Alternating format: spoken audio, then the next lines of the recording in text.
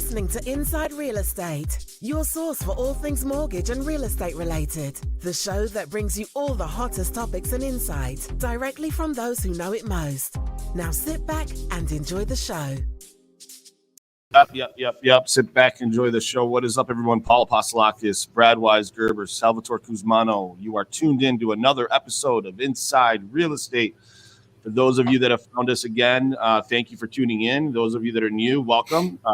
Please like, share, subscribe, do your thing to keep this podcast going because we only have a few subscribers and we could use a few more. How about that? You can find us at IRE. It's free to do, by the way. It's totally free to do. Just subscribe. You can find us at irepodcast.com. You can go to Facebook.com/IRE podcast. You can go to any podcast app, Spotify, Pandora, even Alexa. You can even ask Alexa to play us and she will play us. But today we've got a really cool guest. His name is Chris Craddock. He's from the Redux Group down in Virginia.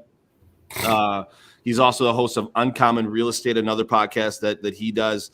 And he's got some really good he's done $160 million in business in 2020. I don't know what he did in 2021. I'm sure he was around there. So he's like a big player in the game down in Virginia. He's been in the business for some time. So without further ado, Mr. Chris Craddock, welcome to the show. What's up, guys? Hey, thanks for bringing me on. Yeah, man. So just whenever we have a new guest, Chris, we always start off with, how did you get into the industry? Because nobody kind of wakes up saying that they're going to do this for the rest of their lives, right? So I think someone's going to say that. Yeah. Well, like, no, I actually did wake up. I'll be like, yeah, I actually did wake up. Yeah, you idiot. No, but how did you get into real estate, my dude? Yeah, so I was on staff with an organization called Young Life when I graduated in college, 2000, and I loved Young Life because it changed my life. But I was making like 20 grand, 25 grand a year, and when my wife got pregnant in 2003, I started flipping houses just because I was like, I need to make money. Like I can't support a family here in the DC area on that, and so. Made 12 times what I made in a year in about 4 months, and then use that to continue living my life, do ministry stuff. And then early like 2011, I have more kids. Now I've got 6 kids, which took me a while to figure out what caused that. And now I can stop it. But now I've got, as you have more kids, the money just disappears really fast. So I started flipping houses again. And during that time, I'd gone back and gotten a theology degree, and then I got a doctorate in leadership, and I'd always led large groups of people. And so I guess it was December 2014, I had read Gary Keller's Millionaire Real Estate Agent book, and it just made sense as far as a good blueprint. The Zig Ziglar idea of you can have everything you want in life if you help enough other people get what they want in life. And so we launched December 2014, our Redux Group, and started growing really, really fast. Obviously, like you said, in 2020, we did 160 million. Last year, we did 191 million in volume. And so we just have been growing really fast. And then through that, we've parlayed that into 12 different streams of income as well. So 12 different verticals within the real estate space to be able to make money through that as well. But yeah, that's kind of my story in a nutshell. How do you find the time to lead all your people? How many people do you have now at the Redux Group? So I think we've got 29 agents. I think it's 14 back office staff. And then with all the different businesses that I have ownership in, I think we have just under 60 people total. Right. So you're managing a lot of humans all at the same time, right? And you've got 6 kids, and you've got a wife, and you're. So how do you find the time to do all that? Well, one of the things that I really love that Gary Keller said, when I was at KW for a while and for a long time, and I still love KW, but being able to be in the top agent group of Keller Williams, Gary, we were able to be personally mentored by Gary. And so one of the things he said that I thought was really powerful was, you can have as many businesses as you want as long as they're all in a folder, and all of those folders have somebody's face on them that's in charge of that folder, and that face is not your face, right? And so that whole idea that every morning you've got a business partner that is in charge of that business, and that's not you. And then you get to just do what you do best, which is add fuel to the fire. Whatever your genius zone is, you get to add that fuel to the fire and help that business grow and expand. And you said the genius zone. Can you explain that? Yeah. So we've all heard of the Pareto principle, the 80-20 rule, right? And I think it's actually smaller than that. I think it's probably like a 595 really is the reality of it. But I'd heard somebody talk about the genius zone, and I've actually got a big, picture that says, "Are you in your genius zone?" for my office. But with that said, like the whole idea is, what are the things that you do that are just in your genius zone, that give you life, that give you power? Because all of us as entrepreneurs, we're better than most at a lot of things, but that's not where we need to live. We need to live in our genius zone where you are like these things you are specially skilled at, and it gives you life, it gives you power. And so I've narrowed mine down to 4 that I really work to spend my entire life in those four areas. Got it. What are they? Let's talk about them. Yeah, sure. So one of them is, although I don't know if you can tell now because I'm just getting over COVID. So it's drained me like crazy. But one of them is imparting energy. I'm a high energy person. Brandon Burchard in his book, High Performance Habits, says that high performers impart energy wherever they go.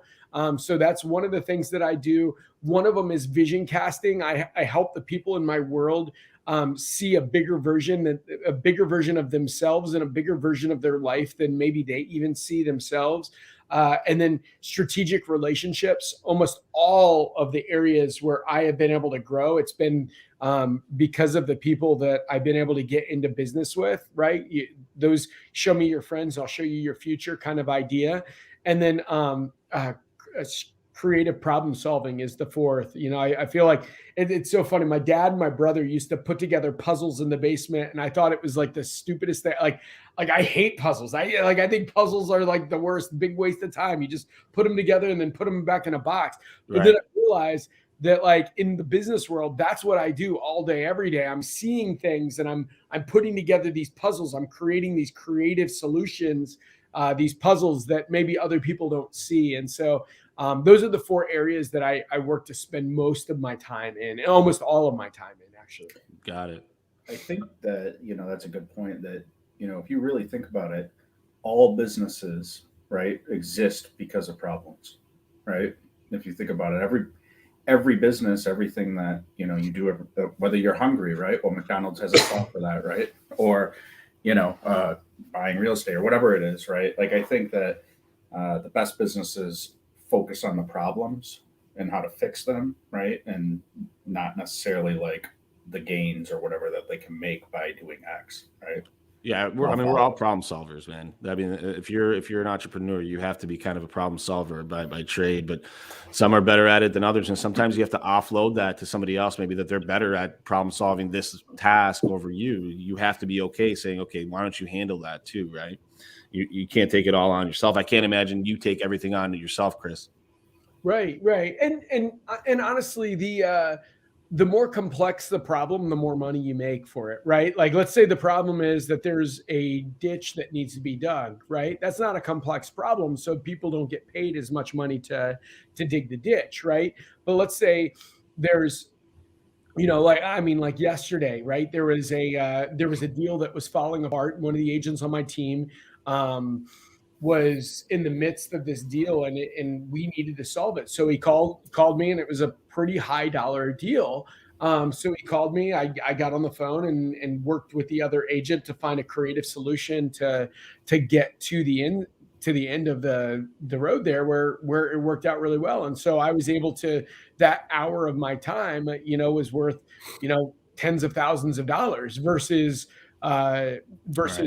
the amount of time, like $15 an hour, I would have made if I were digging a ditch, right? So not to take anything away from digging a ditch, right? It's just the complexity of the problem that dictates how much you make by solving that problem. I like that. The more complex the problem, that's what the thing, it's a lot of times you'll say, oh man, I got all these problems, but if you don't really have problems and there's no solutions, there's no success, and you don't really have a value there of doing that task sometimes. Right. And so to kind of going even further. So I do a lot of training on sales. Right. And like sales is literally just problem solving. And you think about it, it's like a doctor, right? Yesterday I went in, I probably should have played sports that allowed me to live in bubble wrap because I've had 4 shoulder surgeries, right? Rugby and wrestling were probably not sports I should have played. Right. How fragile I am. But when I go into the doctor, right? Like my shoulder's all jacked up. And so he's doing all these tests and he does this thing called the crank test, and it's as bad as it sounds, like where he cranks the shoulder and I'm like, that hurts, and then he does it again. And then he writes the prescription for like, okay, yeah, your labrum's jacked up again. I'm like, great. Okay. That's awesome. But he's able to write the prescription. The same thing's true whether you're working with a seller, like, as a listing agent, or if you're an investor and you're working with a distressed seller to get a property under contract that you're going to wholesale or fix and flip. Regardless, you're looking for the pain, just like the doctor was looking for the pain. And then you are prescribing the prescription, right? Here is the solution to your pain. And that's how we make money, by figuring out what their pain is and then getting them the solution to that pain. So I can add PhD or doctor to my title, right?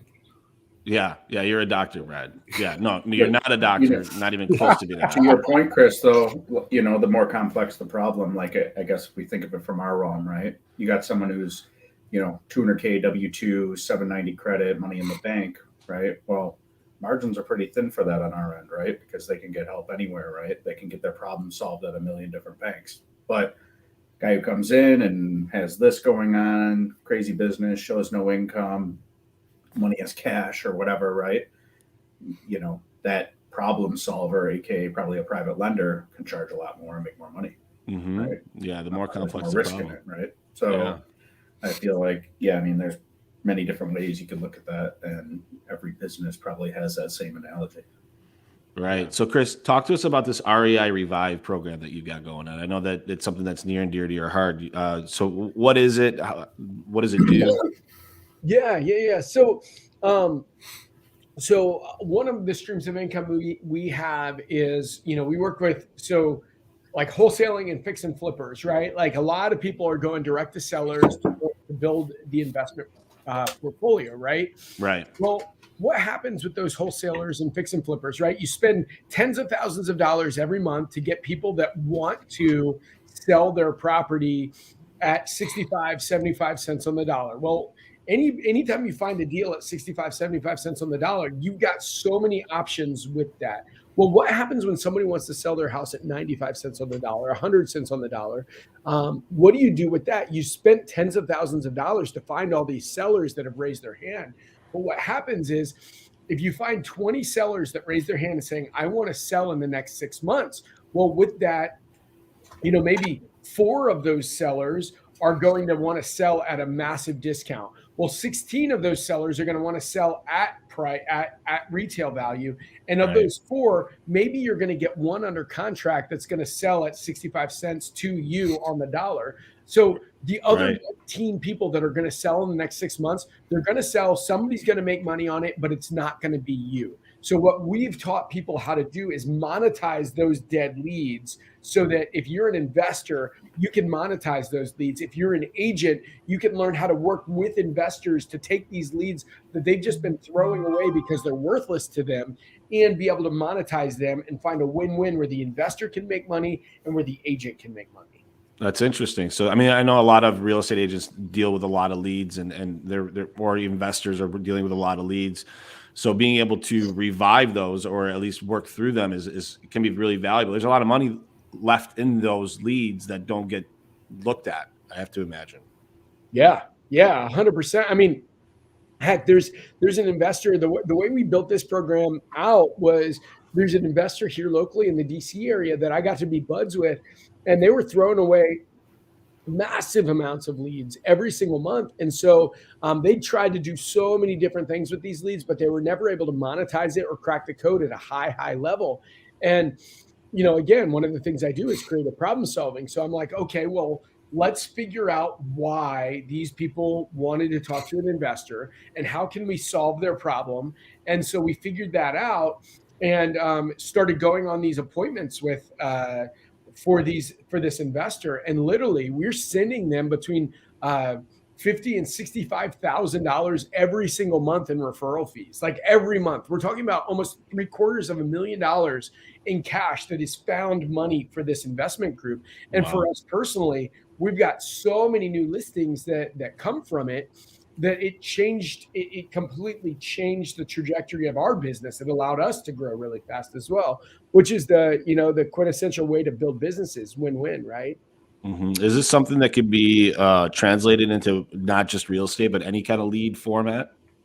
Well, I mean, that's the whole key, is if you can figure out how to monetize, your cast off. So you heard Tony Robbins used to tell the story about lumber mills, right? These lumber mills were just barely profitable because they're milling wood, they're selling the wood that they milled.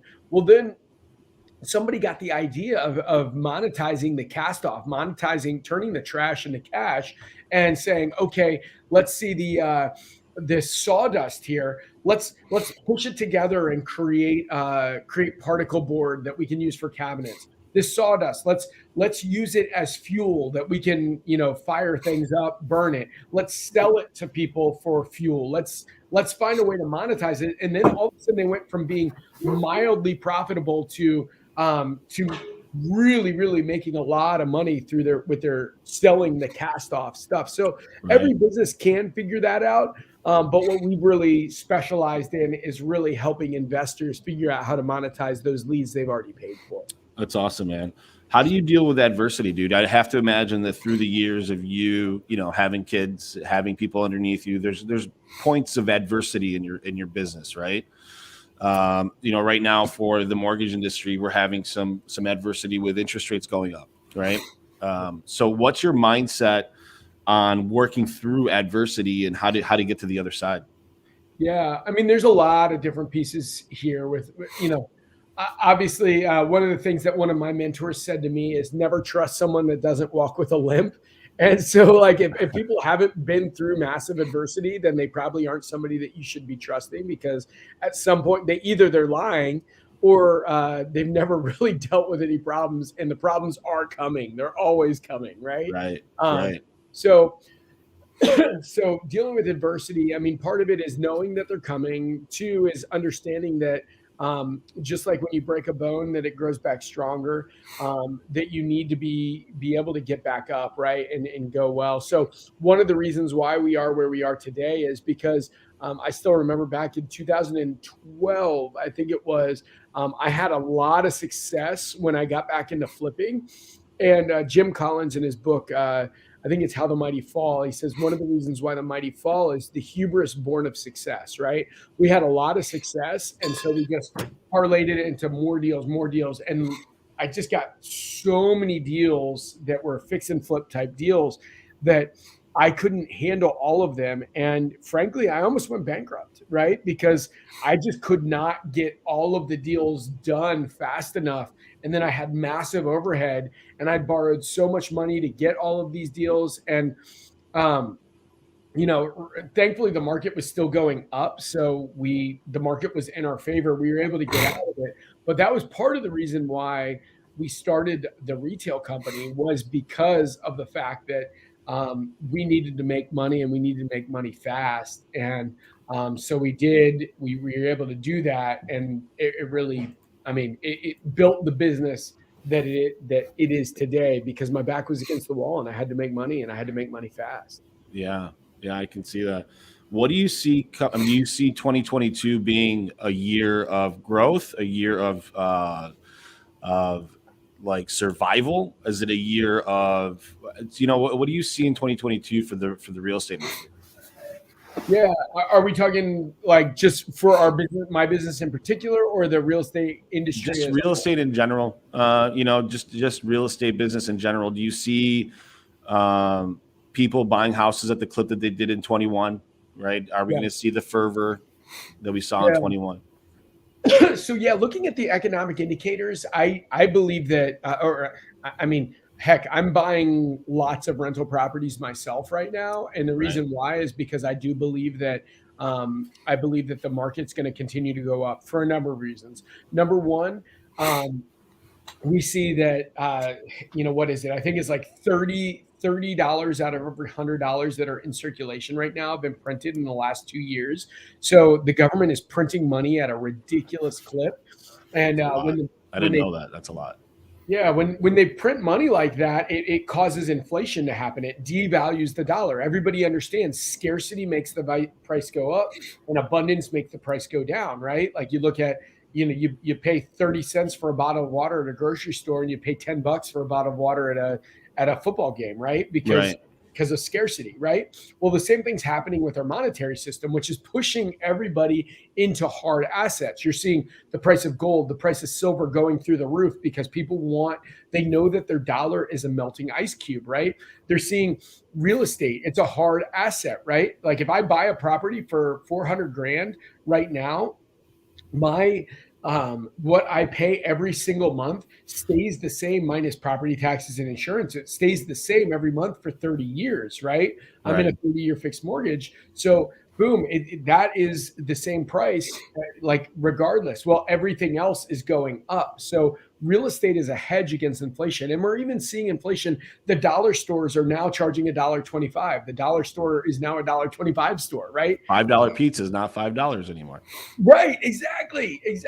So inflation is pushing the prices up. So we see that as number one. Number two, before 2008, all the builders were building about 5 million houses nationwide a year.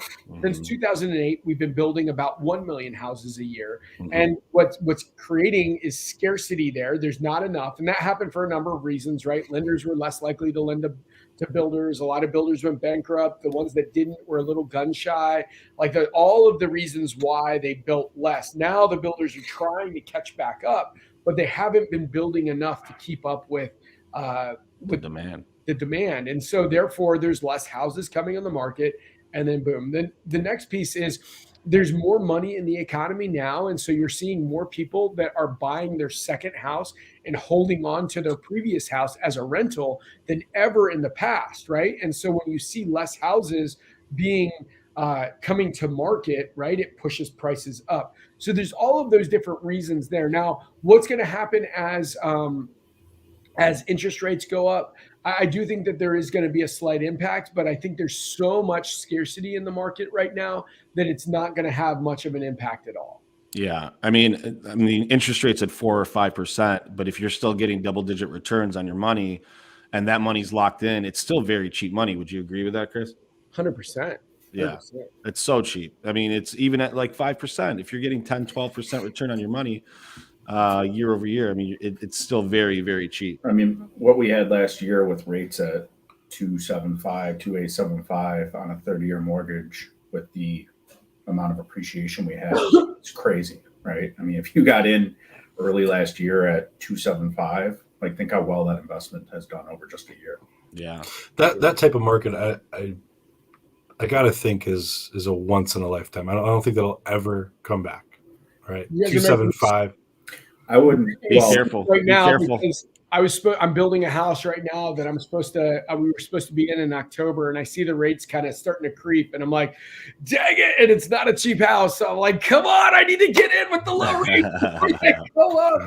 Well, Brad, if you think about it though, like it might be like that specific type of market, right, where rates were that low and appreciation is going up that quickly. But like in our lifetime, we've seen two huge opportunities to get into the housing market to make money. Unfortunately, 100%. I was 18 or 17 and, right. doing keg stands. I'm talking about the unique situation that we had with the crazy hyperactivity in the real estate market paired with the super, super low rates. I mean, I think I don't think it'll ever happen again. With all these other markets that we have now, like who would have thought we'd have a cryptocurrency market 10 years ago? Well, I mean, I guess it existed 10 years ago, right? But like every single year, I feel like there's just more and more like things potentially to invest in and other things that are coming on board. I don't know that in 50 years we'll even be talking about the stock market, right?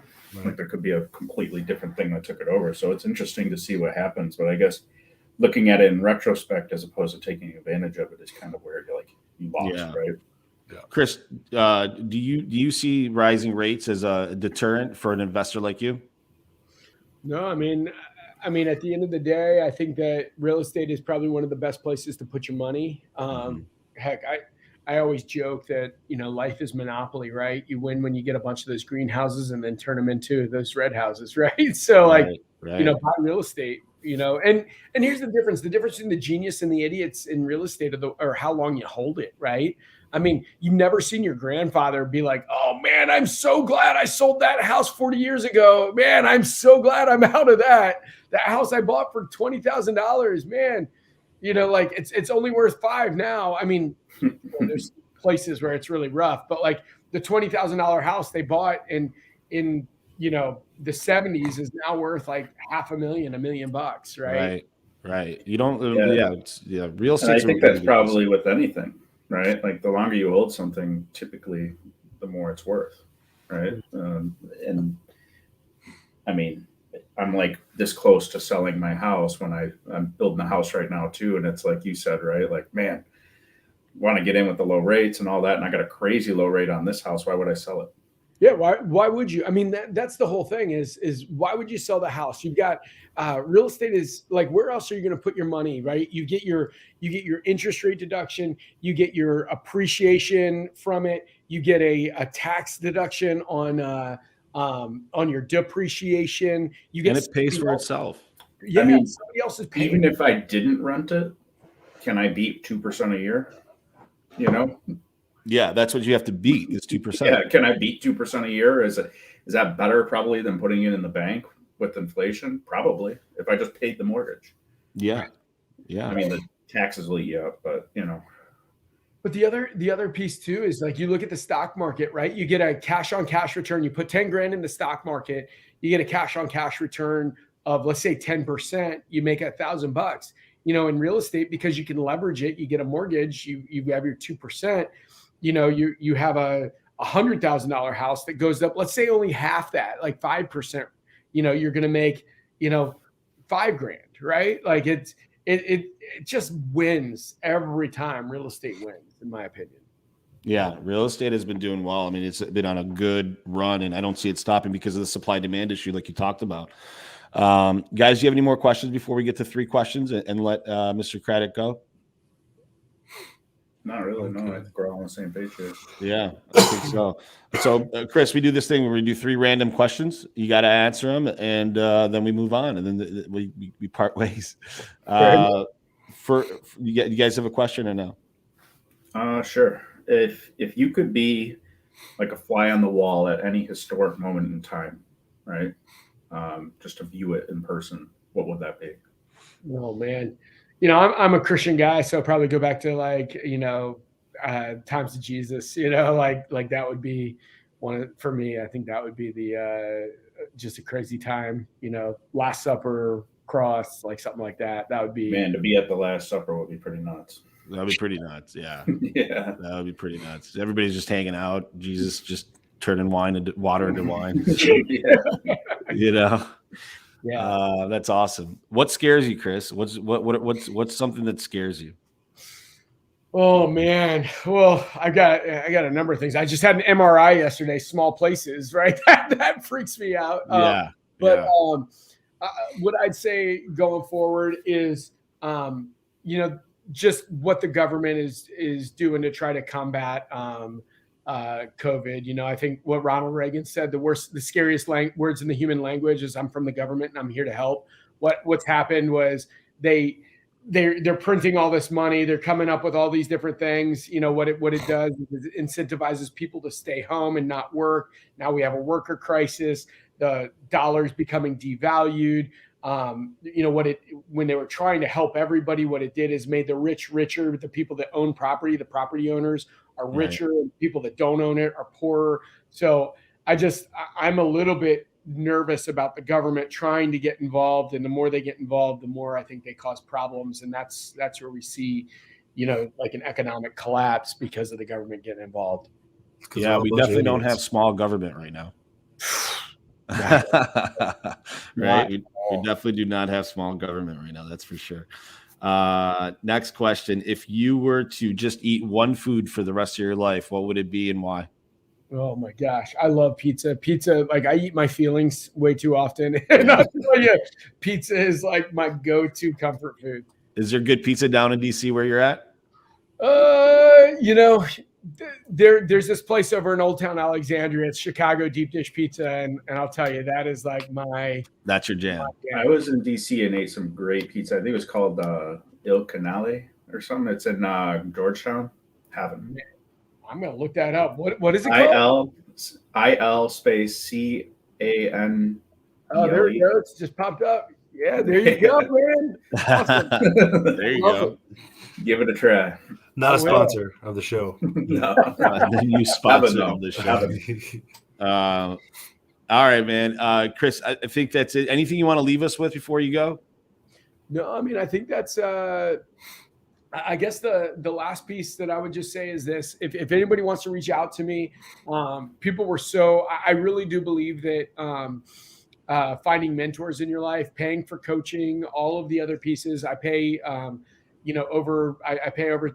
I pay 10% of what I make towards personal development, well over 6 figures a year to personal development. So find coaches, find people that will help you level up. Tony Robbins says, compress the decades into days.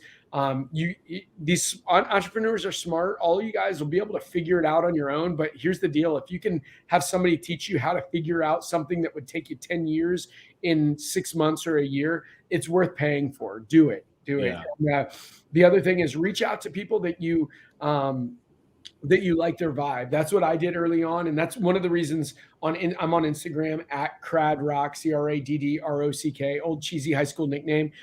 Anybody that sends me a personal DM, I personally reply to it. So it may not be right away, because I do get a lot of them now, but people were so generous with me and helping me level up that I want to do that for other people. And so I'm replying to other people. And then the last thing is, if you're a real estate agent that also is an investor, I know the average person listens to 7 podcasts. I'd love to be one of your other 7, on Uncommon Real Estate. That's for the agent who's also an investor. I'd love to be one of the other 7. Keep listening here, but I'd love to be one of the other 7. I love it, man. I love it. Well, thank you, dude, for being a guest on our show. It means a lot. You imparted your knowledge. Have a great day, man. We'll talk to you soon. It was great. Thanks for having me. Thanks, man. The guy was smart. Yeah. Super smart. Love his energy. Man. Smart guy. Yeah. Well, I think, when it comes to like anything, right? I mean, obviously you got to have the knowledge, but, something that he said that I kind of thought about, right, is he said, entrepreneurs are typically better at things than most people, right? Potentially. But I don't know if I necessarily think that to be true. I think that almost everyone has a skill that they're probably better at than someone else, but I don't think that they utilize it, right? Everybody has a superpower. They utilize it for a salary at, wherever. Yeah. Right? Their engineering or their math skills or whatever, when they could potentially use it for themselves to do something bigger, right? Yeah. But most people want to be, and there's nothing wrong if you don't want to put yourself out there, because I think the biggest thing that we hold as a skill is being able to put it out there, right? Take the risk, right? Yeah, for sure. We assess the risk. For sure, man. I totally agree with that. All right. For those of you that have listened in all the way to this portion of the show, we appreciate you. We can't thank you enough. We have a lot of listeners that tune in every week. Please like, share, subscribe, hit that notification bell. And I mean that. Please hit that your like button on your podcast app right now. It really helps us out a lot. Go to irepodcast.com. You got to go Facebook.com/IRE podcast. You can find us on YouTube. You can find us everywhere that, the best thing you can do is Google IRE podcast. That's it. And that's all we got for this week. We'll see you guys next week. See you guys. Bye, guys. You've been listening to Inside Real Estate, the nation's top real estate podcast. Don't forget to follow us at irepodcast.com and everywhere where podcasts are available.